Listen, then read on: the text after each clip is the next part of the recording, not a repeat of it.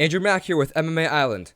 Today I'm with Cage Titans promoter and matchmaker Mike Polvere. Mike, how are you doing? I'm doing great, man. It's a week before the fight, so it's a little hectic, but you know how it goes. Alright, so I know that you're a former fighter.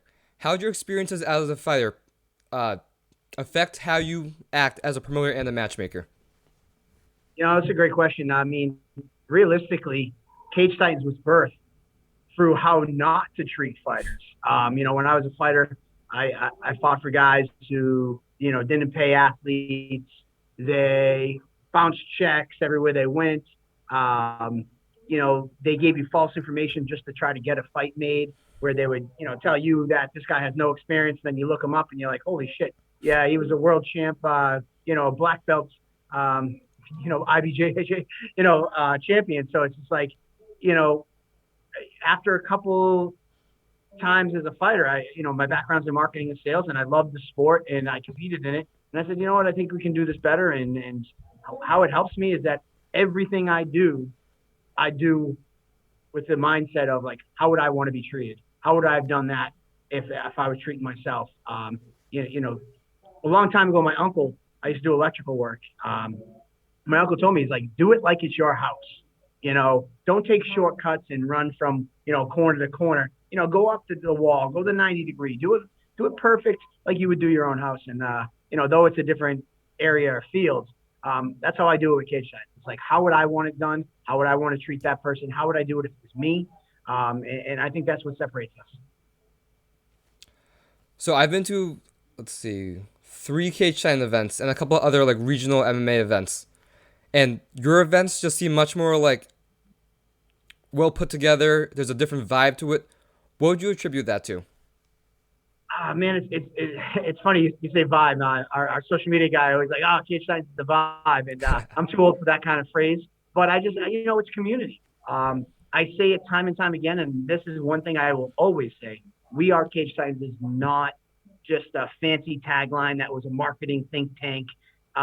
This was just organic. Like, I truly feel all of us are part of the Cage Titans community. All of us are part of the family. And I think we treat the fighters that way, whether you're the out-of-state guy. I can't tell you how many out-of-state guys come to me and are like, hey, I just feel like I get brought in to lose when I fight for other promotions, and the promoter don't even talk to me, and this, that, and the other thing, horror stories about being left at the airport and things like that. It's just like, we need everybody. We need, the hometown guy, the away guy. We need the corners. We need their families and friends and the supports, supporting them. I mean, like, my mom and my aunt and my family members work the front door taking tickets. I got a bunch of friends and family members that run the concession stands and the beer stands. Like, everybody is there for the experience, and we're all working together as one unit and one family, try to put on the best shows possible. So I think that's truly the difference. I've made like fans. We've made fans into stars, like Big Mikey De Silva, Rob Pico. Ant Dowling was another guy when Jay Perrin was fighting. I remember when he Hulk Hogan's his shirt when Jay Perrin won the title. So like, we let them be characters. We let them be a part of the show. And I truly think that's the difference.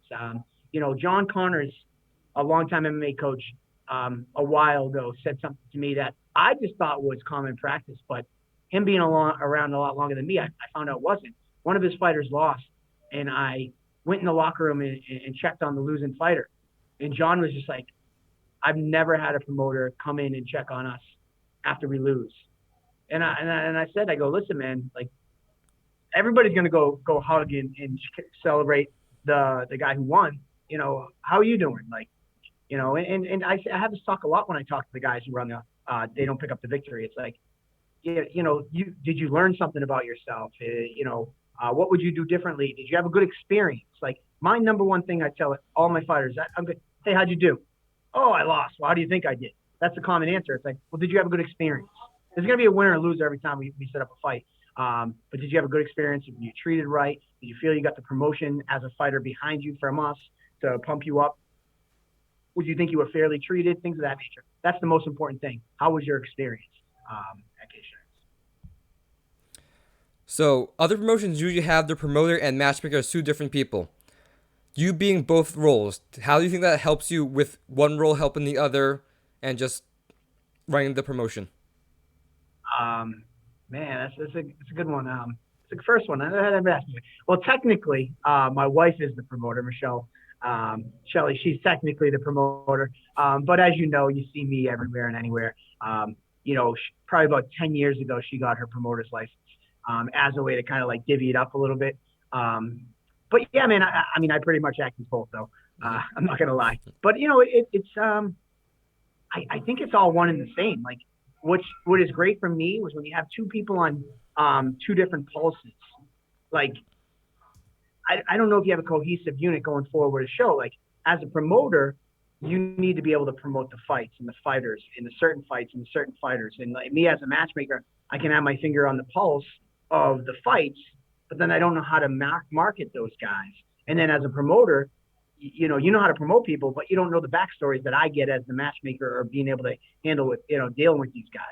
So I think where it helps me is that I know the fighters' stories, and I know what to kind of pull out and market and promote by being able to have both because I have the backstories. A promoter typically wouldn't talk to the coaches and the managers and find out that this guy. I use this kid as an example all the time, Justin Stevens. He recovered from cancer, and it was like a bucket list to compete to fight. Now, I throw that fight on a card as a matchmaker. I know all that great information. He was a postal worker. He recovered from cancer, like all the stories about him. I knew that from the conversation with the manager and the coach. If I wasn't the promoter and the promoter's on the other side, he's looking at the promoter an 0-0 versus an 0-0. He's like, those are two debuts. Who cares? Let's go to the top of the card and promote these top of the card stories. But the fact that I know that, I can now pull that out and really hit home on promoting and marketing that. A guy on this card like Brody McDougal, he was a high-level hockey player, and I found that out through the matchmaking process. So now I can go on the other side and promote him as a hockey player that's transitioned to MMA, and now somebody who watches hockey might come across him and go, oh, wow, this guy's a hockey player. I played hockey. I can relate to this guy. And now they have a vested interest in why they want to watch that kid fight. So I think that's really where it is that I'm able to blend the two worlds, and I have the information handy because I have the conversations with the fighters and the coaches and managers who really know these fighters. So they are able to give me that information, and then I'm able to use that information to do the job of promoting. And if you have two different people, they might not necessarily cross that information often, and that's where they lack. It's the promoters are going, hey, we got a guy who's 3-0 versus 2-0, and they're doing their job promoting it that way. But now I'm promoting the fight as I don't care what their records are. Hey, I got this guy who's a 59-year-old John Payne, 59-year-old chief of the fire department, fighting this guy who is not even caring about his record. He's from New York, the Boston versus New York vibe. He was a healthcare worker versus a firefighter. And like, I'm telling that story, as opposed to getting hung up on the records and everything else, because there's so many people that might have scrolled by our page and go, I'm 59. Wow, that gives me inspiration to get off the damn couch. That might give them inspiration not to fight, but just to get out there and work out and give themselves a better, healthy experience in life. So there's so many reasons why I think it's helpful. That's the first time anybody's asked me that question, and super long-winded because I think it's a great question, and I think that is one other thing that separates us. Speaking of John Payne, 59-year-old just fought on our last card. It was an awesome fight. And you're right, I talked to some older martial artists. They saw that fight, and they've become inspired. They want to get a fight on their bucket list. So what could you tell us about the background of that fight, besides all like the news, broadcasting, and all that? What's something that we may not know about John Payne or that fight specifically, or the aftermath of it? So John Payne, was 0-3 going in that fight. His first fight was in 2007. I will tell you this, that the Athletic Commission just simply did not want to clear him to get to fight. And that was a huge hurdle in its own right. And, I don't want to blow up this spot, but I got called by the Athletic Commission, and they were like, will you just let this go? Like, we're not going to approve him to fight. Like, let it go. Like, can we, again, I feel bad blowing up this spot, but I mean, I was like, no, I'm not letting it go.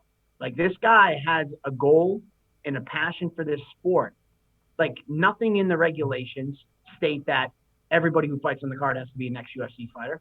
It doesn't necessarily even differentiate if they're good or they're bad. It says evenly matched. as best of the ability of the matchmaker. And I felt that, he got cleared by a doctor, Dr. Warner, who was the head of the medical advisory board in the state of Massachusetts, which they appointed. So what higher medical clearance do you need? John Payne trains under Joe Lozon, a future Hall of Famer. What more do you need than a letter from him saying that this guy is capable of competing? Because it's one thing to be able to be healthy and also be able to defend yourself. So it actually got declined for our fight 2 cards ago. And I said, well, listen, I want my day in front of the commission, in front of the board to pitch my case and say why that this guy should be able to fight. So we had to go through some hoops, and we finally got it approved. John was so excited. He was there in the room with us. I get a little emotional thinking about it. I get emotional all the time. So, but it just shows, how much I care about these guys. Like, this is a 59-year-old guy. Like, he jumped up like he won the lottery, that he got the chance to finally compete. And then on fight night, it couldn't have went any better. He ended up pulling out the victory. He got his first victory at 59 years old, something he's been wanting for a long time. Much to the chagrin of me and his coach, Joe Lozon, he called for another fight. We thought it was going to be one more and done. So we'll see what happens there. But, that was a long process to get him to that point in time. And I think it sums it up was, Mike, can you let this go? We're not letting this guy fight. And I was like, absolutely not. Like, this kid deserves it. This guy deserves it. And I'll do everything in my power to try to make that happen. And we were able to do it. I don't think that will run with any other promotion, because most promotions are just trying to get their guys in the UFC. Well, you've said on other interviews that you actually care about the fighters. You want to get every single person who wants to fight a fight on your cards. Yeah, so listen, we all have goals and aspirations in the sport. And there's guys that 100% their goal is to get to the UFC. But there are so many other martial artists and fighters that their goals are much, lower than that. And it doesn't mean that their goals are any less important than Joe Giannetti, who's trying to get to the UFC, or Slippery Pete, or Manny Bermudez, or Randy Coster, all the names throughout the years. We've had those guys. People forget that because we don't boast just about those guys. We're here about all the fighters, no matter what their goals. When I first got into fighting, and it might surprise you now because I'm back up to that weight, but I was a fat kid. I was 250 pounds at my heaviest, and I found a gym, and I first started working out on my own in my basement, and then when I got in what I called good shape, I went from 250 down to 200. I found a martial arts gym. I started training, and I fought at 145. My goal and inspiration was to get healthy, to lose weight, for my kids. I got 5 kids. I want to live a long life for my kids. So that was kind of my inspiration when I started. It was going to be a one-time thing and done. There was no grandeur of Cage Titans, more than one fight, being a professional fighter, any of that. That was my simple goal. I bought a heavy bag and elliptical, and I used to just work out in my basement nonstop until I lost a lot of weight, and then I found the sport of MMA. I think that the headliners want to read, oh, this guy's the next to get to Contender Series. Everybody wants to talk about Don Chanis, who's, Billy Goff and Connor Matthews. And I love every one of those guys. But just as important as that guy's placement on the card is that 0-0 guy that's making his debut on July 2nd, that his goal might just be to walk in there once, or John Payne, or someone else who just has a bucket list goal. Their goals are just as important to me, and they always will be. And the day that I try to sell out and start bragging about all the UFC guys we get, the day I'll just close up shop. It's just not for us. I love that. So, you found a home at Plymouth Memorial Hall. You said it's the best MMA venue. Why do you think it's the best MMA venue? Oh, man. I mean, listen, I mean, for a local show, a regional show for the size that any regional promotion is, our crowd is no less than any other regional promotion, if not even more in some instances. Of course, the Garden is the best venue in Massachusetts for events, but we're not the UFC. We can't fill that. No one's filling that. We're doing most local companies doing ballrooms or empty hangars and, warehouses and things like that. Like the stadium seating, there's no bad view in the place. It's not standing room. I think from a viewing aspect, it is hands down the best venue just because of the aesthetics of it, the size, it's an old theater, so the volume when the crowd gets going, it's just amazing to be in there. I fought at Memorial Hall, but I fought at other venues where it's like, you have a couple rows of folding chairs, and then it's all standing room, and you're looking around and you're watching the screen. That's just not it's not conducive of watching the show. It's more of an event and more socializing at those types of events. At Memorial Hall, you're in your seat and you are watching fights. And at some other promotions, I feel like you're socializing with fights going on over there in the background. You'll watch your friend fight and then you'll walk around the casino or whatever, and you'll see who you can find in the crowd, and you're just shooting the shit and having a good time. And then, oh yeah, somebody's fighting. When you come to Memorial Hall, you are front and center watching fights. There's not really any areas to just kind of go amass and shoot the shit and hang out. Like, you're there to watch the fights. And then on top of that, I mean, Plymouth Memorial Hall, inside Plymouth, Massachusetts, we've really grown to be our home. It's America's hometown. It has a great look, a great feel, great storied history, Plymouth. So I think just you combine all of that, and it's a home run. I mean, after the fights, you can go walk downtown and be getting ice cream at a place like Ziggy's. You can go to Tavern the Wharf, Main Street. There's so many bars, so many great restaurants. I think, short of being in Boston, which no regional promotion is really going to do a show in Boston. We created our own little Cage Titans bubble where you get everything you need right there. There you go. Taking a quick step away from the fight business, July 2nd is going to be the first day that I actually get to spend a day in Plymouth. What were your recommendations for what to do before the fights? Woo! All right. So Second Wind Brewery is the brewery that we teamed up with to brew the Cage Titans beer, which we've been doing for the last 4 or 5 shows. Their brewery's 2 blocks down from Memorial Hall. Great spot to go to.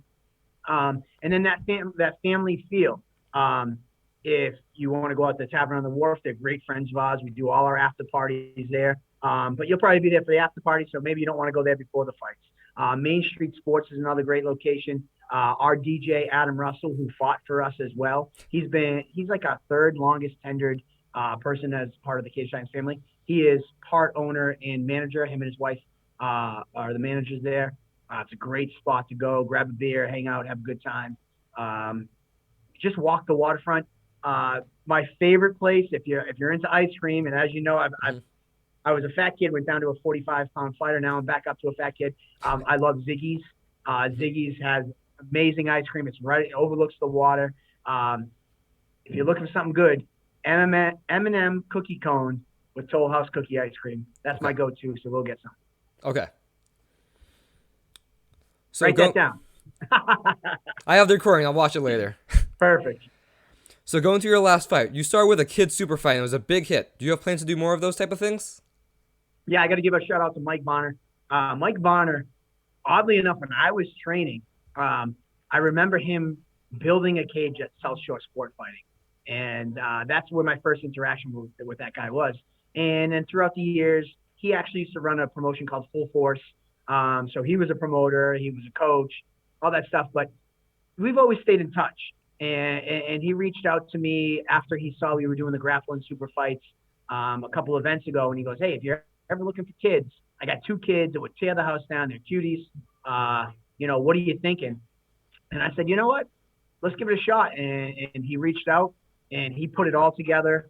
It was important that there were 2 kids that knew each other, because in front of 1,500 plus people, you're not sure how they're going to react. If they lose, they win. Are they going to freeze? I wanted 2 kids that actually gone together before, and they kind of knew each other, and one wasn't going to landslide over him. So Mike Varner, shout out to him, Max Training Center. He was the one that brought those 2 kids in, and it was such a hit. I definitely think we'll do it again. I've already had people hit me up. But I'll be real, like, there's so many ideas going around in the brain, like, oh, we should do that more, we should do this. It's like, we've been pumping out MMA shows. This is going to be our 9th show in 12 months. Wow. And prior to COVID, our most we did was like 5 or 6 in a year. So this has been a frantic, nonstop pace. And it was just to get these guys the reps and kind of jumpstart the sport back up and live events back up. We're going to take a more measured approach going forward after this July 2nd card, and get back to like our standard every 10 weeks formula, bring back the grappling tournaments that we did in the past, maybe more kids super fights, more combat nights. So yeah, man, that's definitely something in the future. So my first event was Cage Titans 51, and between then and now, I've seen Cage Titans evolve at just a incredible pace. How are you able to keep up that pace and just keep evolving the regional MMA scene forward? Man, it's nothing other than a deep rooted passion of mine, and drive. Like no matter what I have going on in life, it's like you know I want to put our best foot forward for these fighters. So there's just it's just constantly trying to improve, constantly trying to adapt, trying to just pushing forward. I take great pride in what we do, and as successful as we are one event, never being satisfied. And just like a fighter, that's trying to kind of rise through the rankings in their career, like they're never satisfied. Like I think of it like this: like a fighter, you hear this up, hey, get up. Your opponent's up training right now, and that gets their ass off the couch. I think of that all the time. It's not necessarily, hey, my opponent.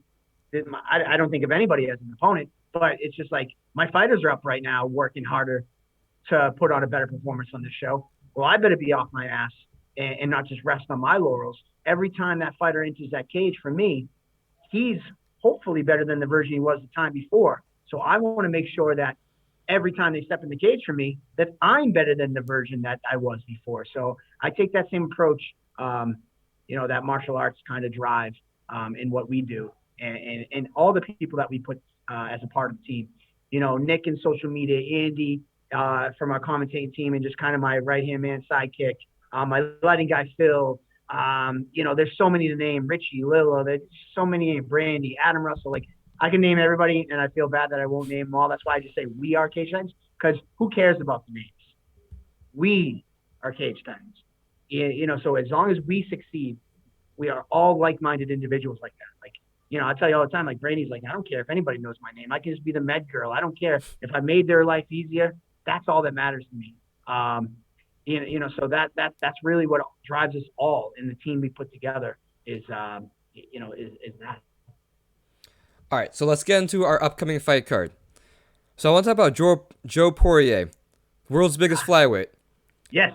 You've seen me before, right? Like at the events? Yes. I'm a small guy. I'm 124. To know that he's 125 and he's like double my size is terrifying. The world's biggest flyweight, yeah. Hey, listen, you can't tell how small you are when you're on the camera, so that's all that matters. But yes, I have seen you, backstage, and you aren't huge. But just remember, if you were going to fight, you might be one. I don't know if you train or anything like that, but you're 124 right now. If you put your fight camp in, you start cleaning up your diet and things like that, like you wouldn't fight at 124. You'd probably lose weight just from doing two-a-days every day, and you might be a 115er. So think about that. Joe's probably a 135, 140 pound guy when you see him on non-fight nights, where he's full of eating carbs and all the crap that you don't get to do when you're in fight camp. So yes, he is big, but. I'm trying to get away from that world's biggest flyweight, and he just wants to put it front and center because I can't tell you how many times your reaction right there, and I'm trying to downplay that. I guess I'm just gonna call it a spade. He's fucking big. Yeah. I tell guys like they're like, man, he's too big for me. He's not a flyweight. He's too big, and I'm like, he's never fought above flyweight. This kid never had a problem missing weight. He's made 125 on the dot. Like you're not seeing him come in at 126 and 126 and a half. And then having to go around a couple, laps to lose that last half pound. This kid's always made weight. I think he has very broad shoulders, and he's tall. And I said this on another interview. It's like, how do you say a guy who's 5'8", 5'9" is tall? But he's tall for the weight class. Yeah. So he has the broad shoulders. He doesn't carry a lot of extra weight. He doesn't have any, chub on him. He's not carrying any extra fat. So that gives the impression that he's a lot bigger. But yeah, he's big. I mean, I guess I got to call it. He is big. Or he looks big. Yeah. So going to your amateur heavyweight fight, you have Graham versus Burke. I heard rumors that no one wanted to fight Graham until Burke showed up. Is that true? Yeah. So, you know, we'll be, excuse me, we'll be honest. Like the heavyweight field is not very deep. There's not many guys who walk around at 6'4", 6'3", 250 pounds in shape. So, unless you're in the football or you're in basketball or you're in some of sports where the larger athletes gravitate towards. You can look all the way up to the UFC. There's just not a lot. Like, you can get a featherweight who's 11, 12, and 0, and he might crack in the UFC. Heavyweight, you can be 4 and 0 and get in the UFC because the competition pool isn't as deep. So, I'd love to promote Hassan as the boogeyman, and no one will fight him. And it is somewhat true, but it's more true of the division that there just wasn't many phone calls to make to heavyweights in New England. I mean, ask yourself, like, name a couple heavyweights in New England. Max Lombard, who he's already fought. Jeff Soyvin, you already fought him. I'd be hard pressed. There's actually 2 heavyweights on this card that are fighting, making their debuts. So there's not a ton. Jack hit me up and was like, "Hey, listen, I trained at Jackson Wink. I'm looking forward to fighting. I'm from this area originally. What do you got?" And it was like, "You trained at Jackson Wink. You must be a stud. You're in a development deal with him. You want to fight Hassan Graham?" He's like, "Well, I mean, I'm only technically 1-0." And I'm like, "Well, that makes you a contender in the heavyweight division. I know where you train. I know your background a little bit. Let's do it." So that's how that fight kind of got put together. So, in Hassan's last fight, he was against Jeff Soyvillian. Is that how you say it? Yep. And Jeff's a wrestler. He tried to bring him onto the ground. Jack's just a straight brawler. I saw his first fight. I've been to his gym around here, Defensive Edge. I've seen him fight. Do you expect this to be a standing brawl? Yeah, man. I mean, Hassan Grant's no secret. This kid wants to crack. I mean, you saw him against Eric Rondon. He knocked him out viciously. He comes from a football background too, so he's just a big brute type of guy. But don't let it. Jeff tried to grapple him and make it a dirty fight, and Hassan was able to kind of stuff that and stop that. He does train with wrestlers, high level wrestlers, so I think this is going to be a brawl. Both guys are going to be swinging into the fences, and as cliche as it is, when it's heavyweights, you just don't blink because every punch could shut someone's lights off. So, besides like the GNA fight, the Bear fight, everyone knows those guys from this area. What would you say this dark horse fight is? The one that people are sleeping on? Oh, good question. I mean, I don't know how you sleep on Hillary Rose and Gabrielle Golfin after their last fight, Gabriella's last fight for us against Kylie O'Hearn. The only reason maybe people sleep on it is because she doesn't have that star name. People are like, "Oh my God, Gabrielle Golfin," and she doesn't have that star power here in New England. And as for Hillary Rose, people know Hillary Rose, but she hasn't fought for Cage Titans since her amateur days, and her last few fights have been out of state. So maybe that's one that some newer Cage Titans fans are like, "All right, like, who's this girl Hillary? What's the big deal about this fight?" But that's a fight that in the professional ranks is going to be crazy. And then on the amateur side, Ben Grady from Evolution Athletics, 4-0, taking on 2-0 Sergey Paradsuko. Cage Titans fans know Sergey. He put a quote banner up. It was just like, smash. This guy, I don't know what nationality he is. I don't want to call him Russian. I don't want to insult whatever he is. But he is like that mentality, like the Dagestan mentality, like smash. Like that was all he said when we were like, "We need a quote for you for some promoting." He comes out in the fur coat, and he's also a character. Like he came out to like Carly Rae Jepsen, and he wearing a fur coat. But then when he gets in the cage, he's like just all business, and he's just gonna hammer the shit out of you. Like the kid's an animal. He's looked unstoppable. And then you flip on the flip side from Maine, Evolution Athletics. I believe they are actually undefeated in our cage. But not only that, Ben Grady is undefeated so far in his career, 4-0 in the lightweight division. So someone's always got to go, and somebody's got to put themselves one step closer to the next shot at that lightweight belt that Miguel Silvestre won on the last card. So I know on the last card, the party Joe Penafiel was supposed to fight, and then he got injured. Any news on him? Yeah, so Joe, I actually talked to him last night, I believe. The goal was to try to slide that fight to the July 2nd. Unfortunately, his opponent, Chris Tissanel, wasn't able to move that fight over. So we were left partyless once again on July 2nd. But the goal is to get him back in there on August card, which is the 27th of August, and hopefully he'll defend that title. And I'm taking calls. Anybody wants to step up and fight the party? I know he's kind of abrasive. In the early days, my phone would ring nonstop. Like after he came in and won his debut with Cage Titans against Pat Kilbride, people were lining up. They're like, oh, I want a shot at this guy. I want a shot at this guy because he was brash and people didn't like him. But something happened over the course of the 4 fights with us. Now the fans cheer him, and not as many people want to fight him anymore. So I think it might be a little difficult, but we're trying to put something together for August 27th for his second title defense. Even though he is brash, behind the stage he's like the nicest guy I've ever met. So I think the fans are starting to realize that as well. Yeah, I think he's a sincere guy. I mean, and it's weird to say that, but like he's the party when he's on stage and when he's walking out and when he's in a press conference and the camera's on. But backstage, this guy is just a genuinely nice human being. He said it to me best. When I first came here and I fought Pat Gilbert, I knew he was the Lozon product, the up-and-coming, undefeated guy. And I can't sell tickets as an out-of-stater. But what I can do for you as a promoter is sell tickets by making people hate me and wanting to see him come out and support Gilbride to kick my ass. So that's how I do my job. He's like, I can't come in and sell tickets because I don't live in the area, but I can help you as the promoter. And that's the promoter's dream. A lot of times I talked about it earlier. These out-of-state guys just think they're coming here to take a check and go back home. It's like when you're part of Cage Titans, you're part of the show. No matter who you are, out-of-state or not, we're pumping you up just like the same. I don't care if you're from Florida, Alaska, France with Bryce Pachot last event. We got Spencer Hegan coming in against from Hawaii. Doesn't matter where you're from. You're part of the show, and we're going to try to pump you up and give you the limelight that you deserve. So I have some friends that I just got into MMA. They've watched a couple of UFC events. What would you say to them on why they should come watch this Cage Titans event?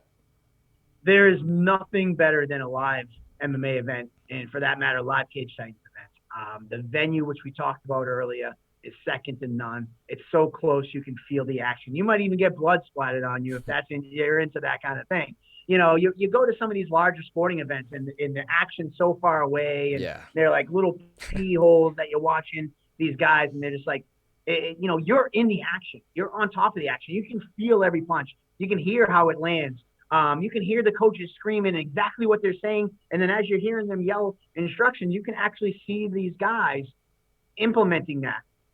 You're just a part of the show, and it's just nothing better than being at a live Cage Titans event. I've said it before, and I keep saying it. Like, there's people that aren't even into MMA, but they come to an event begrudgingly, and they're like, that's not my thing. And then they come and like, holy shit. Mm-hmm.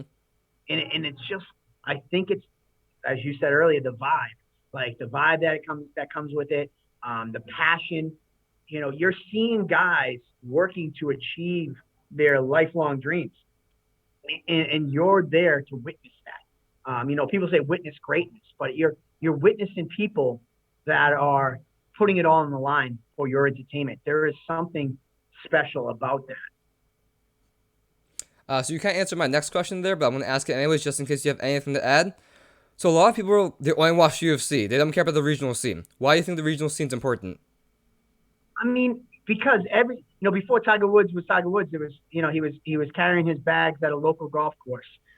Before LeBron James, or maybe not LeBron, he was recruited early, but all these guys, they had to start somewhere. And it's common with a lot of the fighters. It's like, when I'm in the UFC, you're going to be hitting me up and wishing me luck and stuff like that. Well, I'm here in your backyard right now, and all it costs is $55 or whatever it is for a ticket to come watch and support me. Like, when I'm here, but you won't support me here. Like, you don't come along on the bandwagon. It's in all industries, like the music industry, all entertainment industries. Like, I bet you have a friend right now that is playing at a bar this weekend, and no charge for a ticket, even if it's $5 cover or whatever. And what he would do or she would do to have a couple friends come there and support them, because you don't understand how important that is. I don't like live music, or I don't. It's like, well, now that band, that 5 or 10 people came to watch them, the next weekend that bar has a slot. They're like, oh, you brought a couple people last time. Like, yeah, maybe I'll throw you a few bucks to perform next week because you're bringing in people and things like that. So, like, you need that support at this level as an entertainer. So, get out there, support them, because one day you very well may see a guy who fought for cage titans like Joe Giannetti. He was on The Ultimate Fighter. He was on TV. You were watching him on TV. And then all of a sudden everybody wants to get in his DMs. It's like, well, when he's posting every day, hey, I'm fighting next week at Cage Titans in Plymouth, it's in your backyard. Who needs tickets? And the DMs are cold. It's like, well, let's support him there, because I promise you, buying a T-shirt, buying a ticket, buying a hat, just tuning into their podcast if they do an interview to give some extra views to that interview, or sharing the interview. Like, we'll talk about the Kardashians until we're blue in the face. We'll watch them on every damn E-network, but like, your friend right there is working hard to become something. Why aren't we giving that same support and same love to those people? So let's get together as a community. Let's get together and hope that resonates with some people like that are watching this. Like, like you. Yeah, it'd be cool to be Ariel Helwani, but you got to be you before you can become Ariel Helwani. And it's like, who's watching your interview today? Watch who shares your interview after you post it, and things of that nature. You need that more now than, your friend sharing Ariel Helwani's interview. You know what I mean? So, like, it goes for everybody. Absolutely. Oh, lost Mike. So this is a bit of a controversial question. Please don't hate me. So your event is scheduled for the same night as a UFC event. We got, I think, Adesanya and Cannonier. Why do you think people should tune into Cage Titans instead of UFC? Well, I'll tell you this. You don't have to choose. So I'll make the question easy for you. We actually have our after party at Tavern on the Wharf. And whenever we have an after party at Tavern on the Wharf, they get the UFC pay-per-view at the after party. So you don't have to choose. Come on, watch the live fights. And then we'll be over to the Tavern on the Wharf watching Adesanya in the main event. So you don't have to choose. There you go. What more can you ask for? And then for the prelims, if you want, you got one of these right here. You can watch on ESPN Plus from your seat at Memorial Hall. But, the main card starts at 10 o'clock for the UFC pay-per-view. We're typically, like, our last show was over at 10:45. So you can run right over out back to Tavern on the Wharf and catch the main fights UFC. Perfect. There you go. So being a matchmaker and promoter and having such a big organization, I've been talking with local promoters and MMA fighters about the New England MMA scene. It's grown so much since quarantine and stuff. Where do you see New England MMA in, what year is it? 2022? In 8 years, in 2030. How do you see the New England MMA scene to be? Wow. Man, 8 years. So it's a good question. I mean, it's so tough to say because, like, I couldn't have predicted I'd be here in 2022 when I started Cage Titans in 2010. That was 12 years ago. When it talks about regional MMA, I mean, I just think that there's going to be more fighters getting pumped out of this region. More opportunities for our guys to showcase their talents on the national level.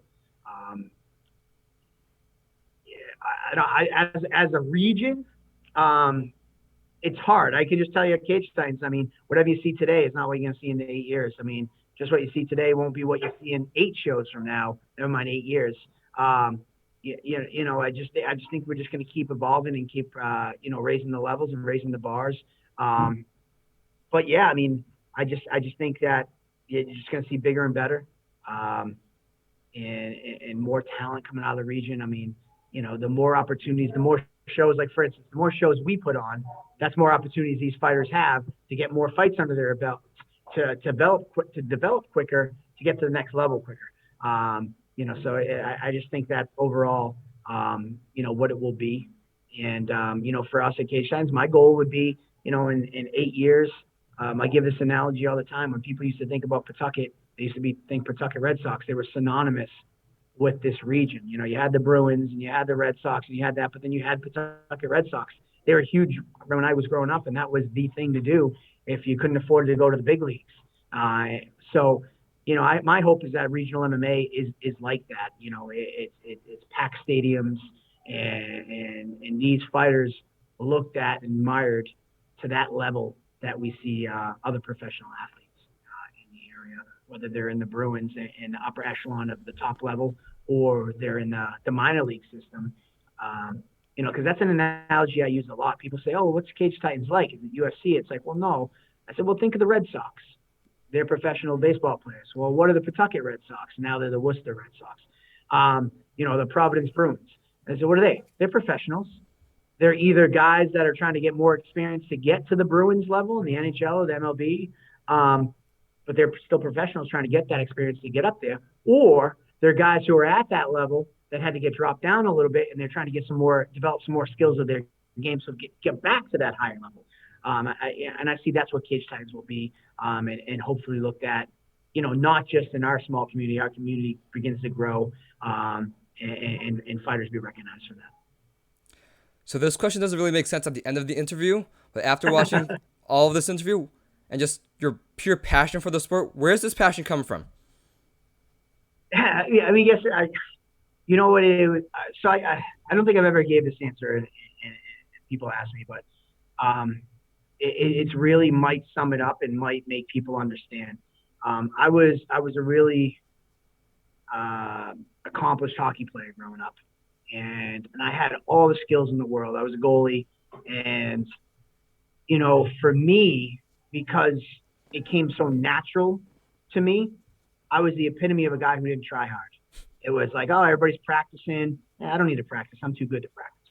We'd lose a game and guys would be skating laps and as punishment for losing or whatever, or a bad performance. And I'd be like, yeah, no, I'm not doing that. Like, I'm the star of this team. Like, I'm not doing that.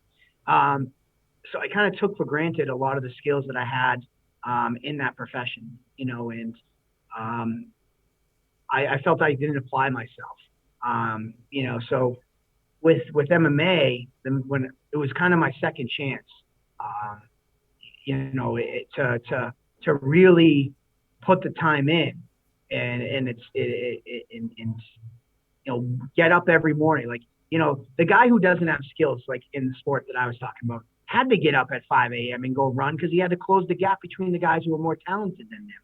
And hard work, would eventually surpass the guy who has natural talents. So I kind of sat back and MMA, there's no one that's going to work harder than me. And that's cliche that everybody says, but I can tell you this as a promoter, when people come to a live event, they're like, wow, Mike, you're everywhere. And I'm like, yeah, there's nothing that no one's going to outwork me. No one's going to out-hustle me. If I go to bed on fight week, I don't go to bed, not because I probably can't sleep. It's like, I feel that if I just stayed up for an extra 2 hours, there's one more graphic I could get made. There's one more, thing I could have plotted or planned better for the show next week. So this is my second chance. In MMA was that.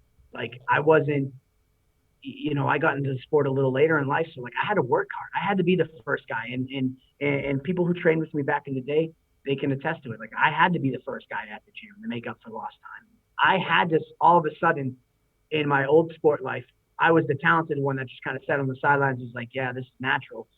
So now I had to become the guy who was like, this isn't natural for me. I got to work my ass off to close the gap. And that carried me through my MMA career. I was the first one there.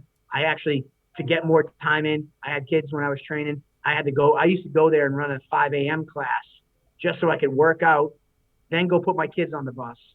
And then I'd go to work. Then I'd go out for lunch and I'd go work out. I get out of work at 5. I'd go put my kids to bed and I'd go back to the gym at night. Johnny Cupcake's a good friend of mine. Not many gyms are open at 9, 10 o'clock at night. But when I was training to fight, like, he hadn't fought yet, and I would call up him. I'd be like, hey, listen, I got to go to the gym at 10 o'clock at night tonight because that's when my kids are going to bed. Will you meet me there? So I just had to be the hardest worker in the room, and I try to carry that over into Cage Titans. So that passion is just that. It's my second chance to give something back to these fighters, and it's something that I took for granted a long time ago. There's no shortcuts. Hard work. You gotta put the work in. You gotta want to. You gotta have the drive.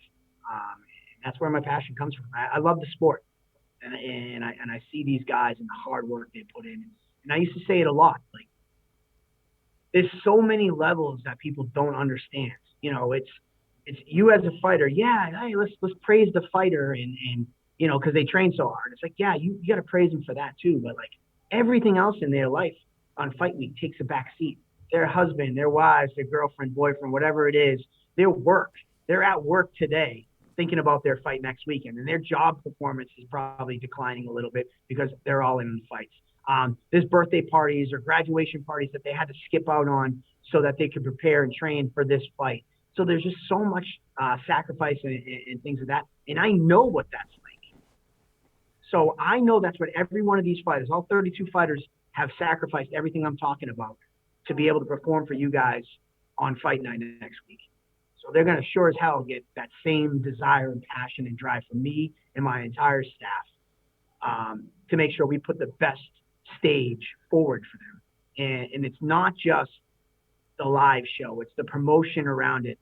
Just making graphics and flyers and banners, like, having their fight photos posted right away and their weigh-in photos and the live stream for the presser and the weigh-ins and all that stuff. Like, it's just, we would sell out Memorial Hall if we did none of that. But that's not enough for me. Like, these guys deserve so much more. And if this shirt off my back is what it took to give it to them, I give it to them. And speaking of shirts, and that's everybody in the Cage Titans community. Travis Lazat, I got to give him a shout out. New England MMA. One show, I didn't have a shirt to get changed before I went out and interviewed. He literally gave me the shirt he was wearing. He had a button down on. He's like, "Oh, Mike," he's like, "I only got this one. I'll give it to you right now if you give me a Cage Titans t-shirt so I have something to wear." And he gave me the shirt off his back. That is what Cage Titans is. That is what this MMA community is. And that's where I'm going to constantly get up every morning and push myself. I really admire the passion community that you've put into Cage Titans. So let's finish up. July 2nd, you got your next event. Where can people find their pay-per-view, their tickets, all that kind of stuff? Yeah, so I say this all the time. If you can buy tickets and you're coming to the event, hit up your favorite fighter. As much as I'd love to say go to the website and buy the tickets, the fighters get paid a percentage of their ticket sales. So if you can get it from their fighter, that just gives them an extra couple bucks that they get in incentives for selling tickets. So if you know a fighter, hit up your favorite fighter and get tickets. Always, if you don't know any fighters or you just want to get a ticket online because you can't meet up, whatever, you can always buy them at CageTitansFC.com. But if you do know a fighter, make sure you hit them up and try to get it that way, if possible. In addition to that, you mentioned the stream. We do a live stream at CageTitansFC.com as well. And just like tickets, all of our fighters are incentivized off what they sell for them individually. So if you know your favorite fighter, there is a fighter code that you can put their name in. Make sure you do that as well. But yeah, that's the best way to go about it is buy a ticket from a fighter, buy the live stream, because these are things that they get incentives on. Like, I remember when I fought, we talked about that band analogy. If I'm a band and I go to a bar and say, I want to play, how many people are you going to bring? I don't know. No, none. Well, they might play once or never again. But then the first time they play there, if they bring 20 people in, that bar is going to be like, all right, we're going to pay you to come in next week too because you brought 20 people in. So that's what your value is. I hate to put a value on these fighters, but that's what your value is locally. Like, what is your drawing power? What can you bring? So that just helps increase their numbers. And then it also helps us, a plethora of other ways, like what area to promote more and things of that nature. But, make sure you hit up your favorite fighter, get those tickets from them. Make sure you hit up your favorite fighter and put their name in the fighter code if you get in the pay-per-view, because that helps them a lot in their career. It helps them with sponsorship money. A fighter who does an interview with you, Andrew, for instance, if they do an interview with you and then they share it out and they get 1,000 views, they might be able to go to a sponsor and say, hey, I'm Joe Poirier, I'm doing an interview on MMA Island, and look, it got 1,000 views. Would you throw me $100 and I'll wear your T-shirt and in that interview, and that might be a way to help those guys out.